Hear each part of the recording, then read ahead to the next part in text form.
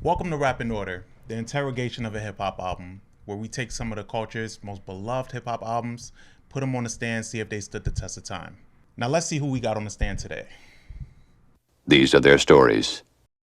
Welcome to another episode of Rap in Order. I'm First Class Regg. And I'm Taurian B. How you doing today, bro? I'm doing good, man. If y'all don't know this, by the way, his mug collection is getting kind of crazy. You know, I don't know. I mean, it's like a different area that I haven't attacked yet, but you inspiring me. Oh, thank you, man. You know, I see little hobbies that I can like look into, and you know, I try to do things. You go in attack mode. Yeah, there it is. Cheers. And today, cheers. And today we're gonna get into Isaiah Rashad's album, kind of like on a TDE streak right now, right? Yeah. So Isaiah Rashad. So this is The House is Burning. It's his third studio album under TDE. It was released in 2001, and this followed The Sun's Tirade, which was really good, and then the one before that was the Sylvia demo. Right. And I think Isaiah Rashad is one of those artists that has kind of found this path of like kind of meshing this down south sound with like with kind of up north influence as well. So like he kind of finds, it's kind of like in a sense how I feel like Rocky gets credit for that a lot, where he kind of he has his influences like in Memphis, but then also, you know, there's the Bronx, there's Harlem, and he kind of meshes it together. And I think Isaiah Rashad is kind of from that type of tier. Mm-hmm.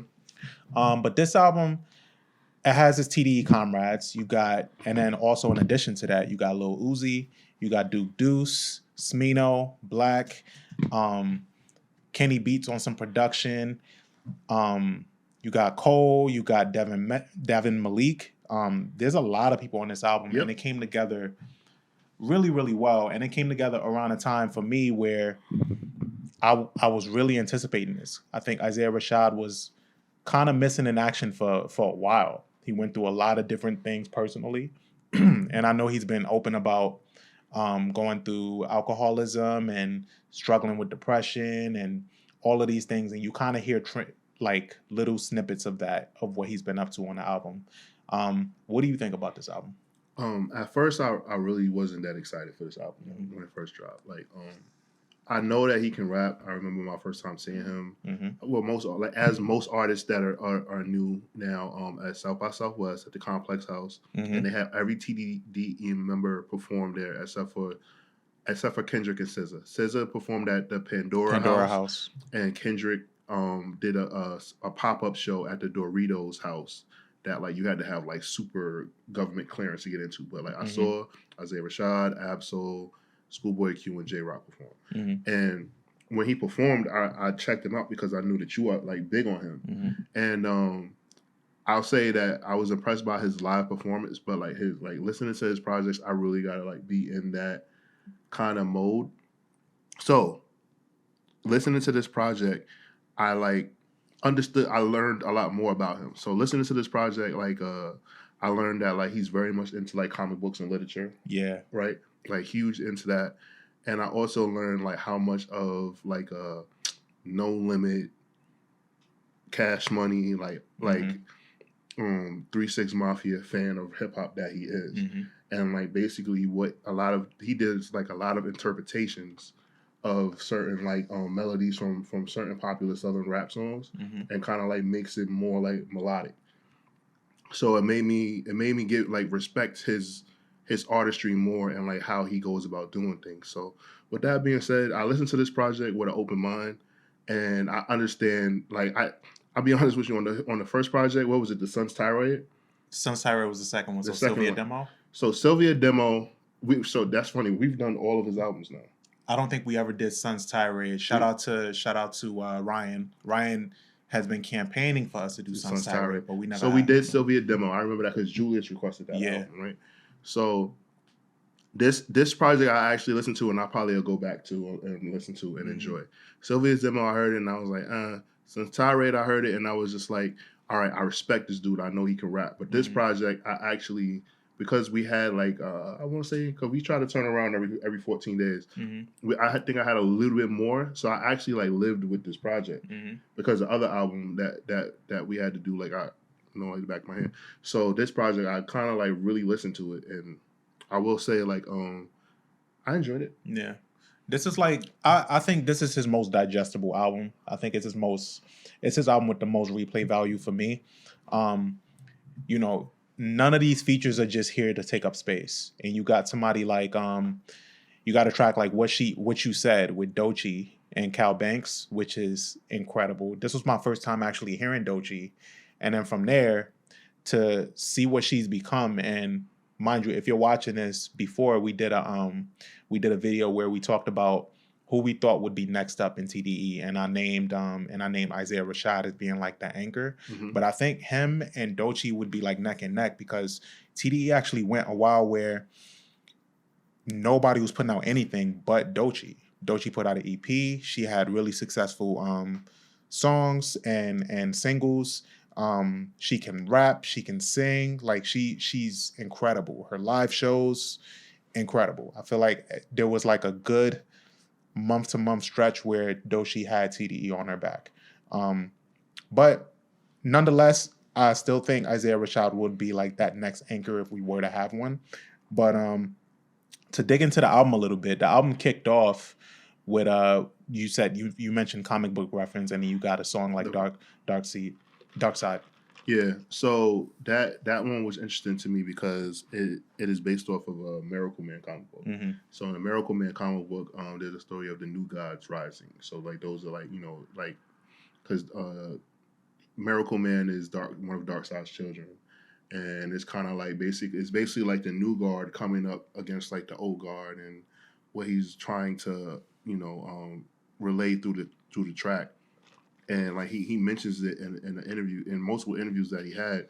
So I thought that was really clever. Like I was like, oh shit, that got me, guys. Like the minute you start talking about comic books and like relating shit, I'm like, all right, I can fuck with this. He's a huge like comic book nerd, because I remember every now and then I'll get like into like a comic book conversation on Twitter, and I remember I said something about Batman that like he followed me. Isaiah Rashad followed me after that.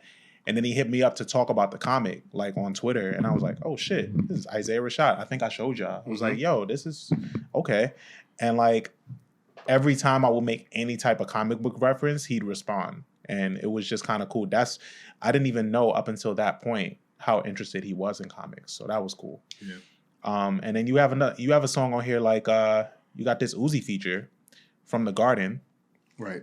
What you think of this one? I think that it's the best song on the album. I enjoy him and Uzi's flow, and I think that they actually like fit well together. And like it also lets you know how tapped in he is, because sometimes you can like box in an artist, right? Especially somebody like Isaiah Rashad, and you would look at him and be like, oh, he's backpacker kind of artist, right? And you wouldn't think that he would mess with somebody like that's as eccentric as Uzi, but like they can get into a pocket and like just do their thing, and it actually like works out perfectly, and you could tell that the respect is there on both sides. Yeah, because I think it works when he's just doing music with people that he's fans of. So like somebody like Uzi, you can tell that Isaiah Rashad is just a fan of, and he's gonna find a way to meet them where they are. So and I think the end product is what this is. And then you said that's your favorite song. I think my favorite song on here is R.I.P. Young. Okay. That beat is so good. That's Cal Banks on that beat, and it has like this I want to say that's a Juicy J sample.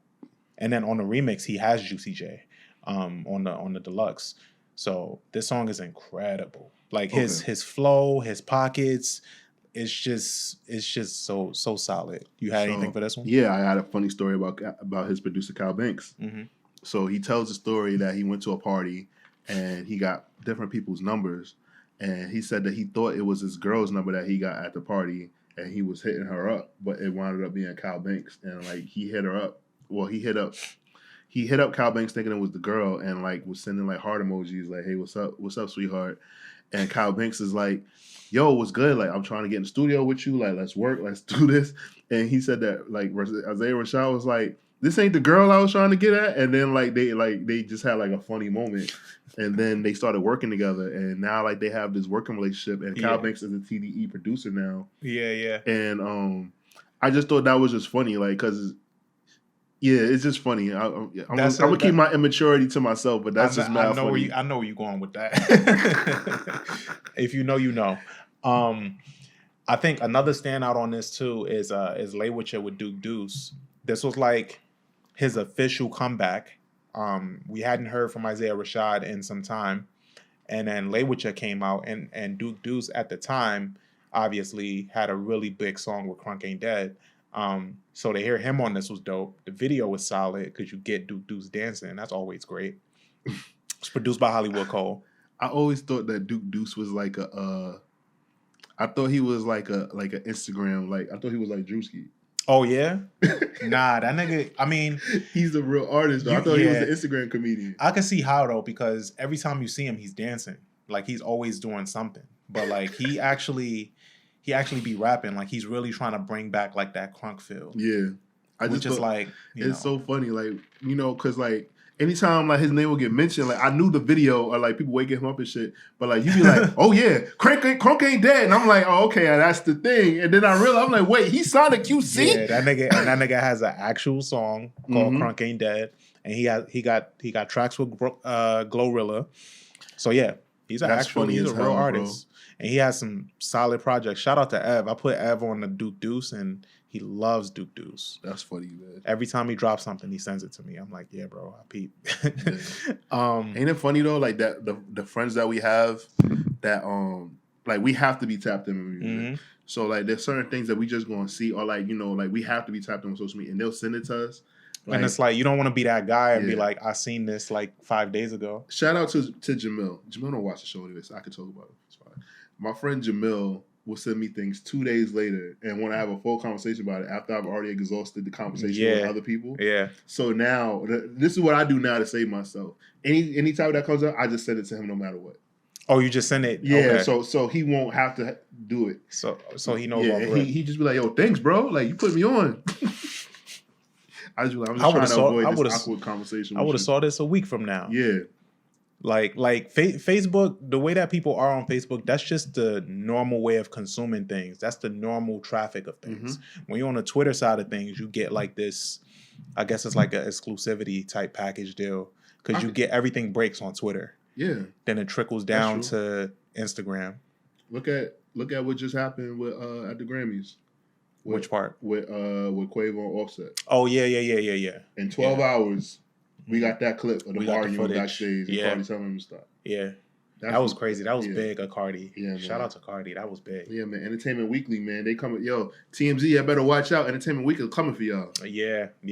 Bro, that was crazy. Yeah, for them to break that was big. Yeah. Cameras are always rolling, man. Yeah, man. But in the scope of this album, and I'm trying to avoid going track to track, but I genuinely do really like a lot of these songs. Like this album is very top heavy. Yeah. And then you have a song like Claymore with Smino. Smino is my guy. I fuck with his album a lot, Love for Rent. And his flow on this song is so fucking catchy. I mean, both of these niggas, you don't like this one, do you? What you don't like about it? It was a snooze fest. Really? Damn. I mean, Smino, like I'll tell you this. There's a lot. I like a lot more songs than I don't like on this album. Mm-hmm. Okay, so then since you're already there, get in. What other songs don't you like? Let's see. I think I'll being honest with you. I really think that Claymore was the only one that I just Hey Mister. Okay. I wasn't really messing with Hey Mister. I let you go with RIP Young. I really didn't like RIP Young that much either. So, sorry. And RIP Young remix, by the way, it has it's Project Pat and Juicy J on that remix. Really, really good remix. Let me see what else on here. Okay, so let me get into the songs that I don't like. Are there any that I don't like? Score is good. THIB. Yeah, man, I really like it. I like this. I just enjoy this whole album. I think it's just enjoyable. Yeah, I think it's one of those albums. And I was gonna say it's in relation to it exists in that stratosphere that I put Kendrick's Damn in because it has that replay value for me. Okay. Like Damn, most Kendrick fans will consider like, those elitist type Kendrick fans will be like, it's not that good. It's not Good Kid. It's not To Pimp a Butterfly. But I just think it's his most replayable album. Speaking of Kendrick, do you remember the controversy when before he dropped his album and Kendrick announced that he was leaving TDE? Yeah. And everybody thought that because he tweeted, "You're embarrassing." Oh, yeah. And everybody thought that Isaiah Rashad was talking about Kendrick. Mm-hmm. And he said that even people at TDE thought he was talking about Kendrick, but he was basically subbing his baby mother.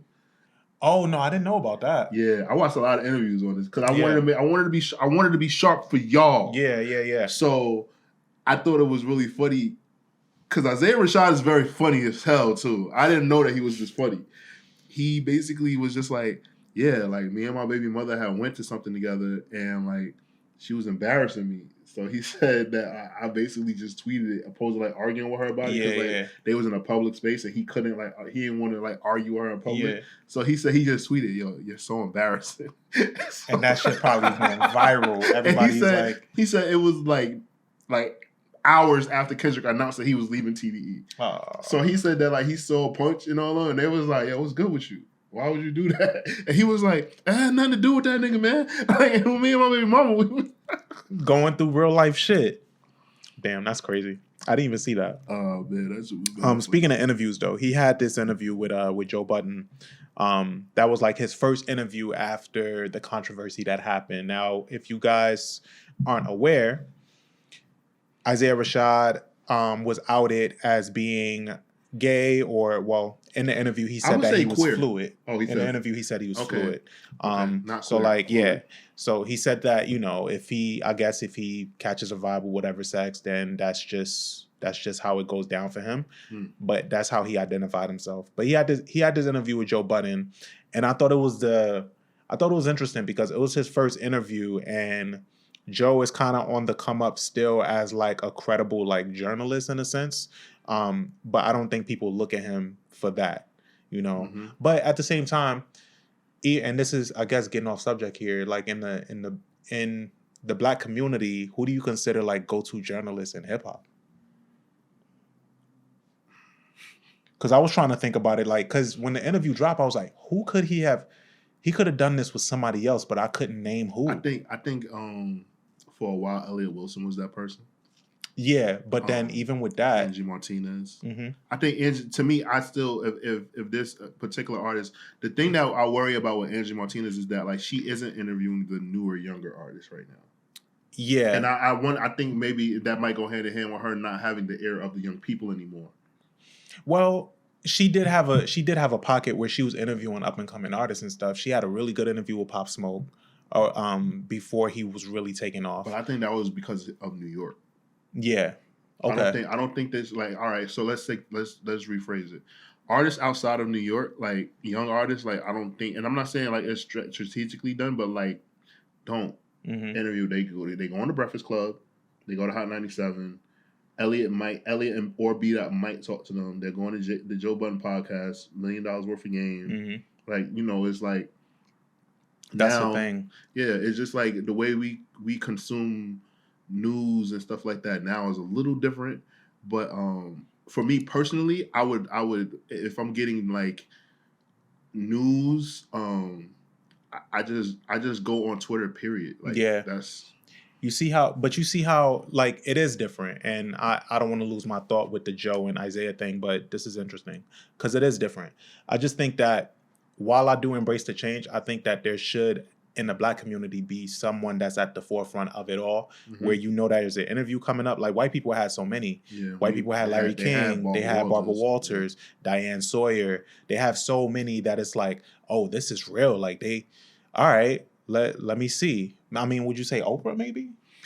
Yeah, I think maybe Oprah. I think you're going Oprah. That's big. Yeah, that's big.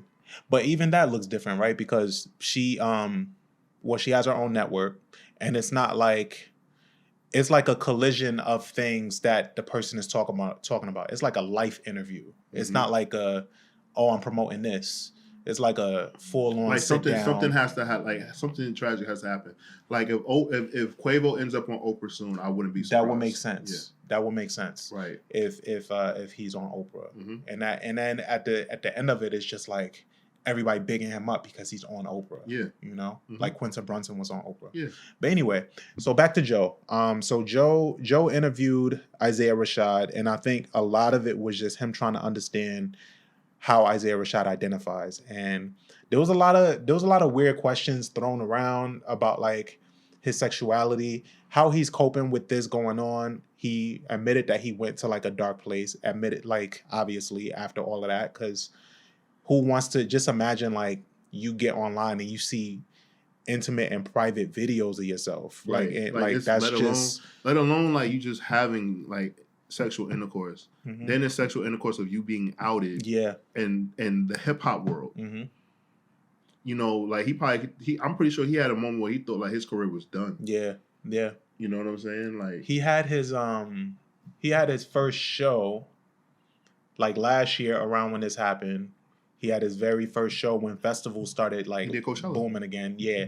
And he did a really good show from the clips that I saw because he like he didn't say anything about it. He just opened the show with like a collision of like all the news and stuff like that. And then he just got into his set, which I thought was great. Because every time something crazy happens to a celebrity, at least that I fuck with, I'm always like, all right, what's on the other end of this? Like, how are they gonna address this? And I thought that was a great way for him to address it and just got back to the music.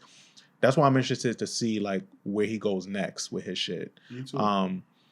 But other than that, Don't Shoot is another one on here that I'm just like, well, probably the only one on here that I'm like, all right, I mean, if I had to skip it, then maybe I would. Yo, I forgot. I definitely wrote "Song Sucks, Sounds Lazy," and it's obviously making a statement and his point for the times. And his what? And his point like for like the time like things that's going on right now. Yeah. Yeah. What you got? Wait, I was reading what you got for 93 freestyle. What is that? What is that? I was being immature, Reg. God damn. I wasn't going to say that on the show. The way 93 freestyle starts off, I screamed out, "Hey, yo, pause." But he like wrote it down. Hey, yo, pause. Mad exclamation because when I write stuff down as I'm listening to the project. But yeah, okay. What's the line? I didn't plan on talking about it, Reg. It's literally the first line of the song. Wow, man. Wow. All right, so 93 freestyle opens with, he says, "Oh, the way you suck a dick, you get a B+. The way you suck a dick, you get a Prius." Okay. I mean, I guess when you hear it, right? Well, you got your getting off of that, the track Score with SZA and Black. Up until this point, is very well documented about like Isaiah Rashad and SZA's chemistry on records because they have like a lot of songs together. This song kind of kept up that streak. That's what I thought. It was never like confirmed, but I think they did used to date. That's a lucky dude. Yeah. So like they had this great chemistry on record. That chemistry, I mean, their record of having something together on every album was broken with SZA's latest album. There was no Isaiah Rashad track, and I saw some people talking about that, like, "Yo, where Isaiah Rashad at?" Because every project they would have something together. But nevertheless, the Score with SZA and Black, really solid song. It was produced by Kenny Beats too, and Kenny Beats always has his way. If you watch his YouTube videos, he has his way of locking in with artists and like really getting the best out of them. He's solid with that. Another song on here that I really fuck with, True Story with J Rock and Jay Worthy. J Rock, man, that's Mr. Consistent, man, especially with the 16s. Yes, I thought that J Rock carried the whole song on his back.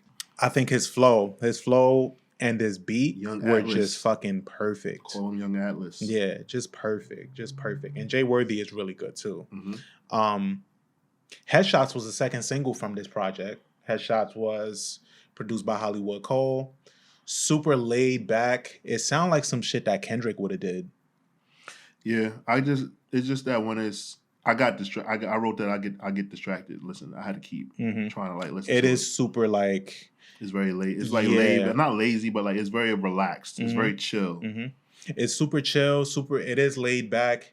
It has like this it has a southern feel to it, obviously. Yeah. And then, but also like this Bone Thugs type feel. Yeah. Yeah. Okay. So in one of his interviews, he said that like there's a difference with rapping, with how rap is judged in the South.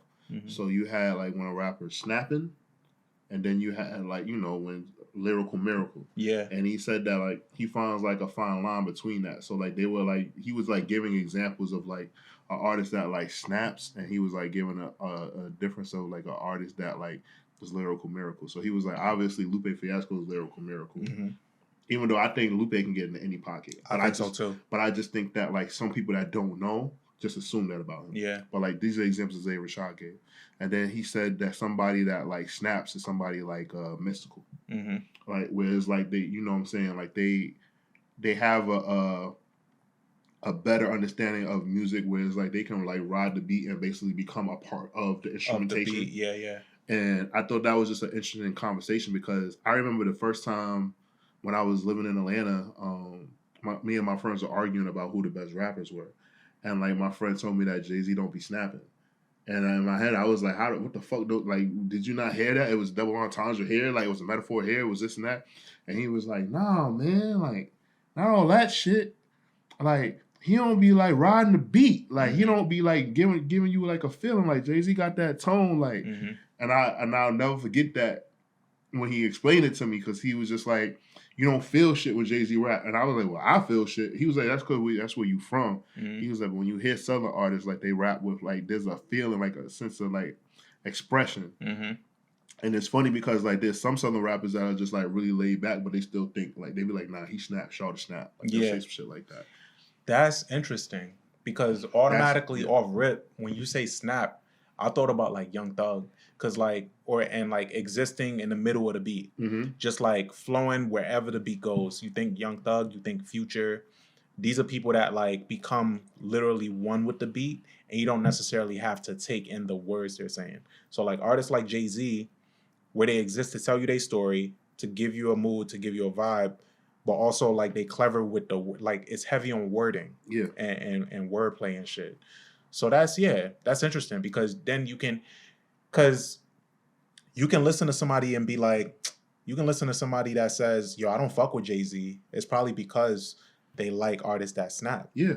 No, I learned that very early on. So, like, that's, like, why when my friends would say that to me, like, I got to a point where I stopped arguing with them. Can y'all believe that? I stopped arguing with somebody. Yes, I stopped arguing with my friends down south because I understood that, like, that it was, number one, they're not from New York. So, unless, like, you actually cared about, like, that part, there's just certain things that you just didn't rap about. And then the way, even though like selling drugs down south and selling drugs in a major city like New York is completely different. Like, you know, like I get that like we've taken on the culture of trap houses and stuff like that, but it's completely different ways of how drugs are sold and what you spend what you spend that drug money on. Yeah. Because down south, all you need is a car with some rims and, like, you know, like a fresh outfit or whatever like that. And maybe, like, a chain now because now, like, jewelry is a thing. But in New York, like, it's, like, a whole fucking grand production. Like, you know what I'm saying? Like, niggas is going to get, like, tailor-made Dapper Dan or, like, you know what I'm saying, going to Gucci, Louis Vuitton. Like, it's a lot more that's put into it. So it's just, you know, a difference. But it's just something I thought that was really dope to hear Isaiah Rashad, like, describe. And I understood it, especially him being on the TDE label. Yeah. You know, I just thought that was funny. And I'm trying to remember what song he said that he got Kendrick on too. Fuck. Now I got to put that in my notes. Was it from Sun's Tirade? Yes. Yeah. He said he got Kendrick on that song? Yeah. Like got the best of him? I don't know about that. Yeah. They have a song called I think it's called What's, you know what? I have to find it now. Isaiah Rashad. Kendrick. Oh yeah, What's Wrong? It's called What's Wrong with Zakari, who's also another TDE artist. Yeah, he and, said that and Kendrick. Yeah, he said that he killed Kendrick on that track. Nah, he's bugging. That's one of Kendrick's best features. What's Wrong? Yeah, I did. I found it. I did write it down. What's Wrong? Who had a better verse? He said that he said that he killed Kendrick. Kendrick snapped on that. Anybody that disagree is a fucking that Kendrick snapped on that. That was crazy. But anyway, in all, I will say that this is a solid project from Isaiah Rashad. I think he is one of those artists that doesn't have the pressure of putting out albums every year or every few months. So he gets to like sit and like really live with his content and just live in general before he puts out another album. How would you go for your rating? Okay, before I get my rating, I wanted the two things that I also, besides the Lil Uzi song, the two songs that I really liked that like stood out to me was Chad, because it was obviously a Pimp C tribute, right? And then THIB, he used that big Gip verse at the beginning of the song. Yeah. And I thought that was just impressive because like I'm a sucker, I'm a goody mob, like I'm an organized noise sucker. So like for me, like I was just like, okay, like there's certain things that he taps into that he just gets, and I just didn't think that he did. And it's super, and it's super niche. Like it's super like super tapped in I appreciate it so much because it's like it's elements that I think people forget about in hip hop. Yeah, I think like the way he goes about it, I just I think the way that he goes about it is really clever, and I think that the other problem is just that like hip hop is so spread out now, like people don't collaborate, so you don't know how tapped in or how much like these artists respect other artists.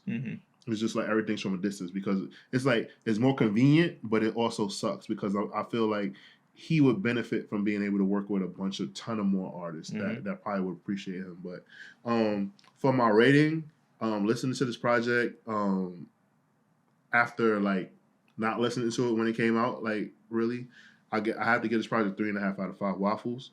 I think it's a fair rating. I don't think it was anything that like moved the needle, but like, and then like to my understanding, this isn't even like his best project. Like it was kind of this project was kind of like a he pretty much dumbed down what he's given us from the past. So I think like me giving 3.5 out of 5 is fair. Okay. I think for me, I would give it a 4. I think it's a super digestible project.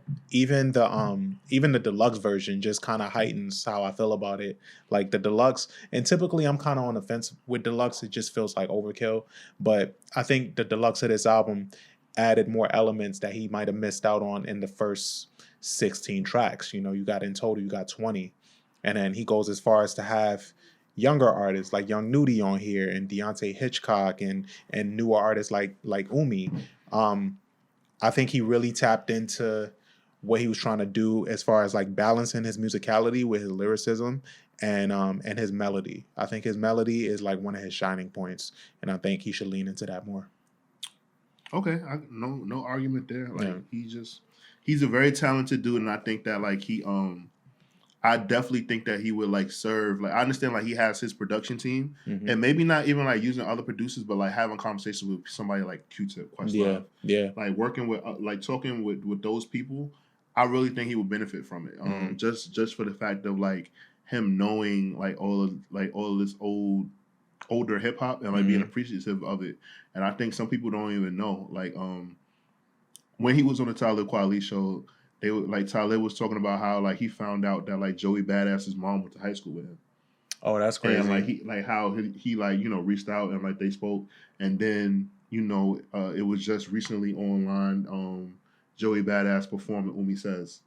Oh yeah, I did see that. So it was kind of like a full circle, like you know what I'm saying, like these two dudes that like knew his mom, that are like hip hop legends. Now, like he's pretty much like carrying the flag for them. Like these men had like no influence on him, like as far as like presence. Like obviously maybe musically, but like it's not like they were around, even though they were friends with his mom and shit like that. So it's like that's just interesting. Like you know what I'm saying, like how things just keep coming around or whatever like that. So I just think that's dope, and I think a lot of our older rap vets and our younger talent need to interact more, and I hope that with hip hop turning 50 this year and all the things that like we have that are coming. I hope that a lot of our younger artists like lean on our older artists, especially after that Grammys performance, which I thought was dope. Yeah, I thought the Grammys was dope. Yeah. But yeah, I wholeheartedly agree. I think we'll see more of that for hip hop in the future, but that shit can't come fast enough. I just want that gap to be bridged. Yeah. I feel like a lot of older hip hop artists, like they're reaching over and they're appreciating these people. Like I love what Questlove does, where he kind of just reviews all these newer artists' albums.